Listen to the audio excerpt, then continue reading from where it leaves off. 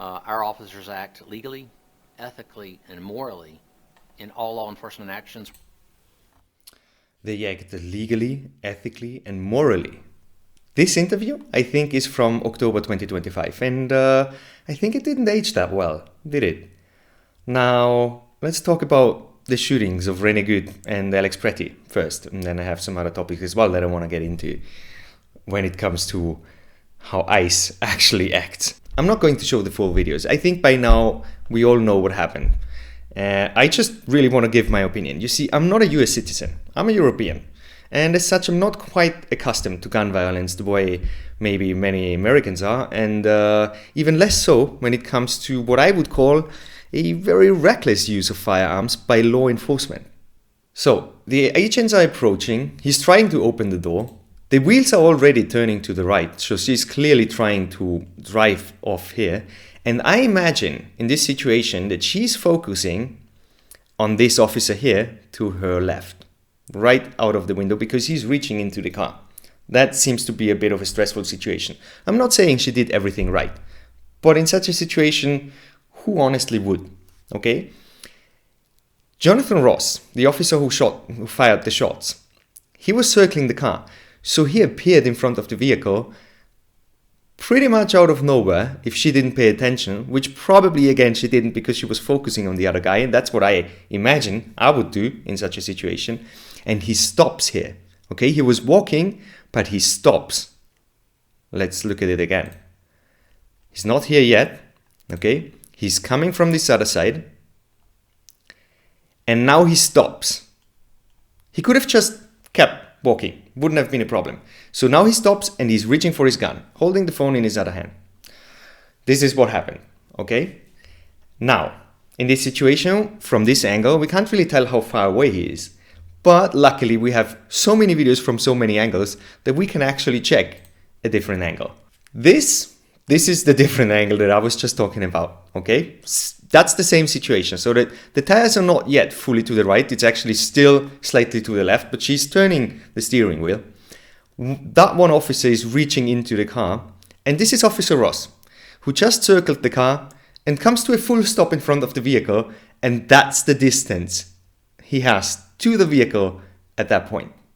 Now, claiming that she weaponized the car and tried to run him over, in this kind of situation, I think is a bit of a stretch. You know what this situation reminded me of?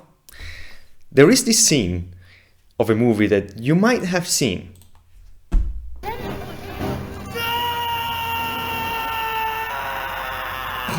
Watch out!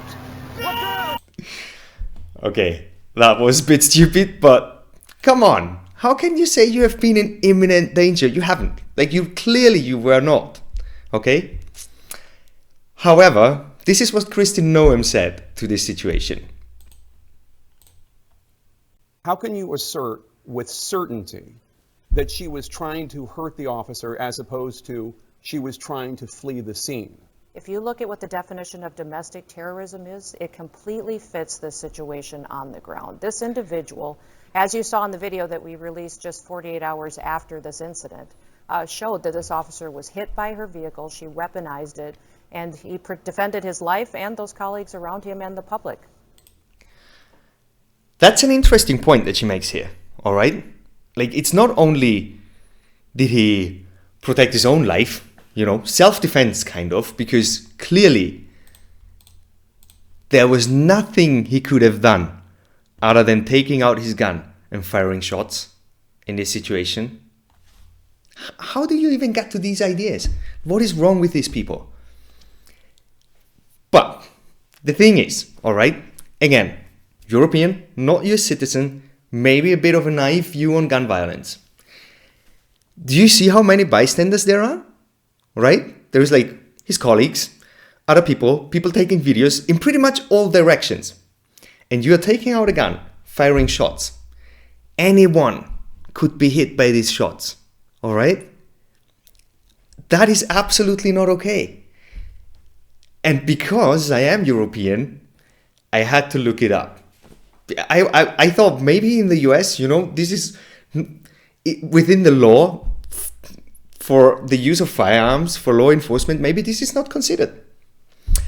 But it is considered, and it is considered in a policy to all these topics by the Department of Homeland Security. So Kristi Noem probably should know what is mentioned in this policy. No? Let's go through it. I like this one. Law enforcement officers may use force only when no reasonably effective, safe, and feasible alternative appears to exist. I would imagine that in this situation here, okay, taking half a step to your right would qualify as a reasonably effective, safe, and feasible alternative to firing my gun and killing someone. Or am I so wrong? So, when it comes to deadly force, it states, as with any use of force, a law enforcement officer's use of deadly force must be objectively reasonable in light of the facts and circumstances confronting the law enforcement officer at the time force is applied. We have already established there was absolutely no reason to take out a gun and fire that gun. Zero. Because he could, there was all time in the world to just take a step to the side. That's it. That's everything he should have done. And it would have been the decent thing to do for anyone, especially from a member of law enforcement who I would expect to act in a more controlled fashion in any stressful situation than the average civilian. Now, let's go down a little bit further, because there is a specific part for moving vehicles. And this is also a very interesting point. Before using deadly force under these circumstances, the law enforcement officer must take into consideration the hazards that may be posed to law enforcement and innocent bystanders, which there is many in this situation, by an out-of-control conveyance. A vehicle that is not controlled anymore by the person that used to control it because you just shot that person. And I imagine it fairly hard to control a vehicle while having fatal gunshot wounds. So basically, this should clarify the whole situation. It was definitely an unnecessary use of deadly force. The decent thing to do, the thing that anyone with common sense would have done in this situation, is get out of the way, note the number plate that they have taken a video of already at this point, and then if there are legal actions to be applied to whatever Renee Good did wrong, I have to go to her home and maybe arrest her, put her in front of a court, and the judge will probably give a ruling on that. I very much doubt that that ruling would have included a death sentence. What happened there is insane to my eyes. This is crazy. This is acting crazy. Such people should never be handed a gun, let alone, after such an incident, be backed by their government.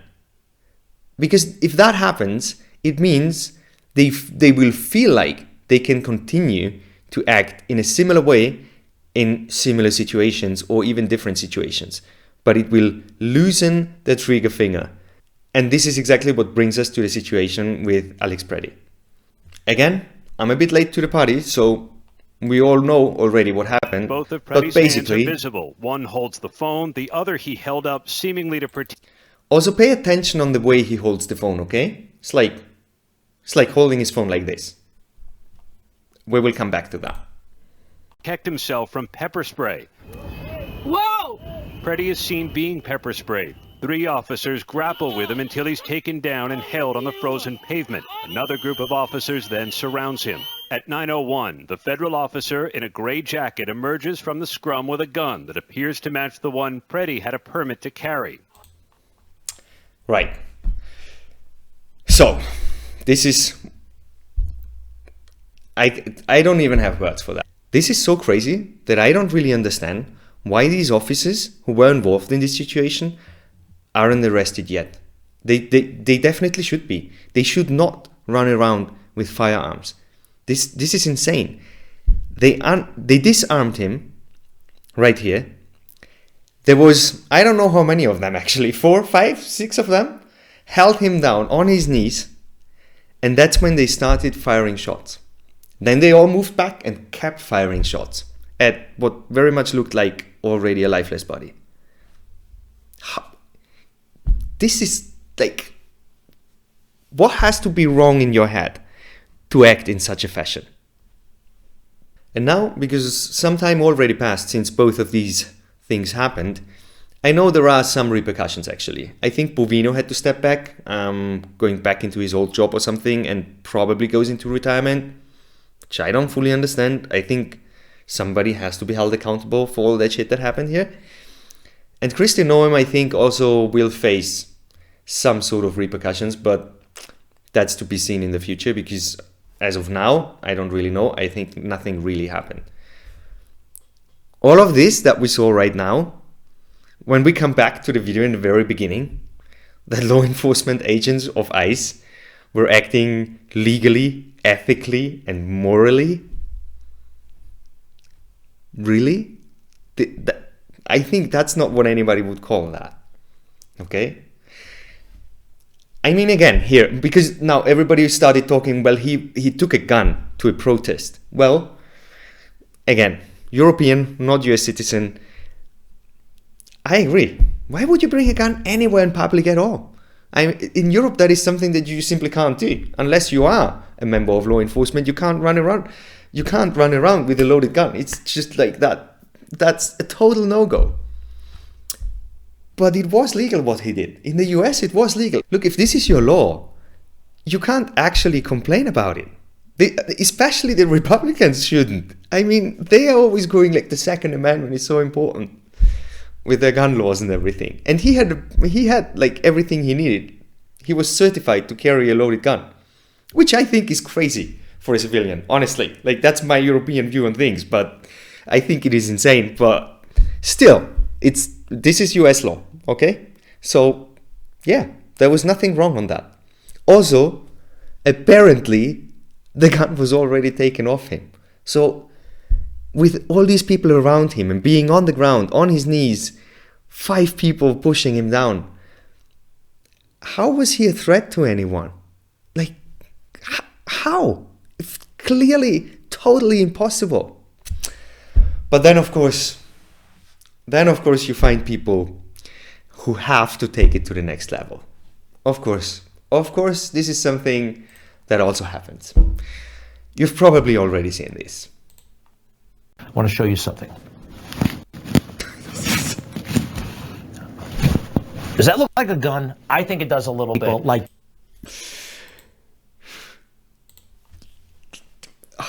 this is so wrong. This is so wrong in so many ways. I don't even know where to start. Okay, first of all, no, it does not look like a gun. It looks like a phone. From far away in the dark, it might be, if you hold your phone that way. But did you see how Alex Pretty was holding his phone? That's not how you would hold a gun. Right? Come on. What's this guy talking about? Freaking unbelievable. Freaking unbelievable. And of course it goes on with ICE. ICE arrested a Native American elder on his own reservation because they didn't recognize his tribal ID. Let's see what the judge says. My people have been here since, like, way before the borders were drawn. I showed them my card. They threw it in the dirt. They asked me for a green card. I do not need permission to walk on my own land. Look, the ID looked homemade, Your Honor. It wasn't, a state driver's license. He wasn't speaking English. It fits the profile of an undocumented crosser. We have to secure the border zone. If we just accept random cards, anyone could walk in. This is a federally recognized tribal identification card. Under federal law, Native peoples have the right to cross the border freely. You arrested an indigenous man for being on his own land? Love this judge.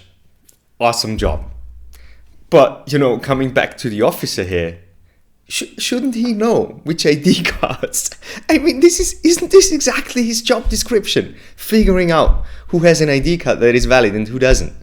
And then somebody shows him an ID card. Even like it's not a driver's license. Really? There is other ID cards, apparently, which are valid. That guy should know. Do they have no training whatsoever?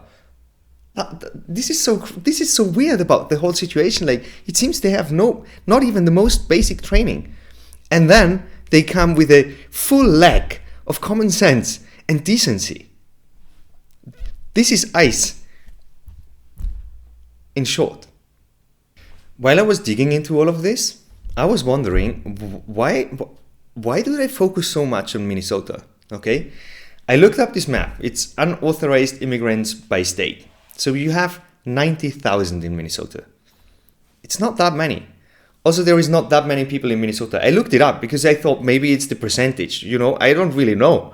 So the percentage is about 1.5, 1.6% in Minnesota of unauthorized immigrants compared to the general population there.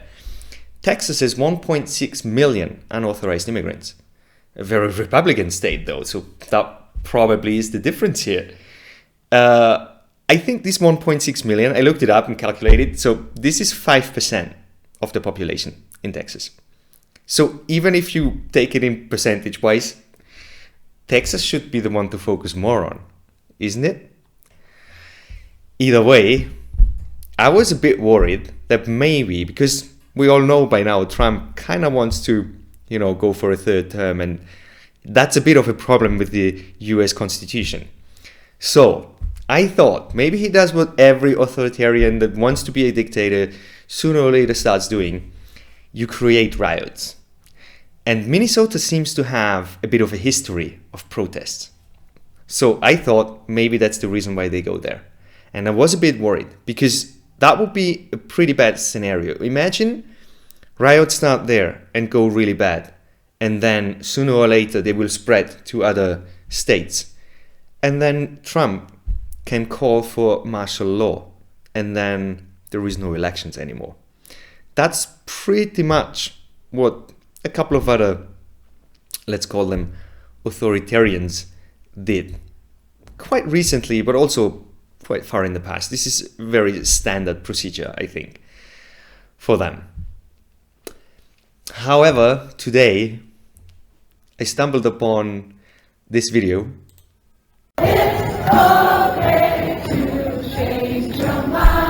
So this is in Minnesota, people protesting. And well, it doesn't seem all too violent to me, to be honest. That kind of made me happy. This is a good way to go. Don't be aggressive, show them you're against them. That's it. Thanks for watching.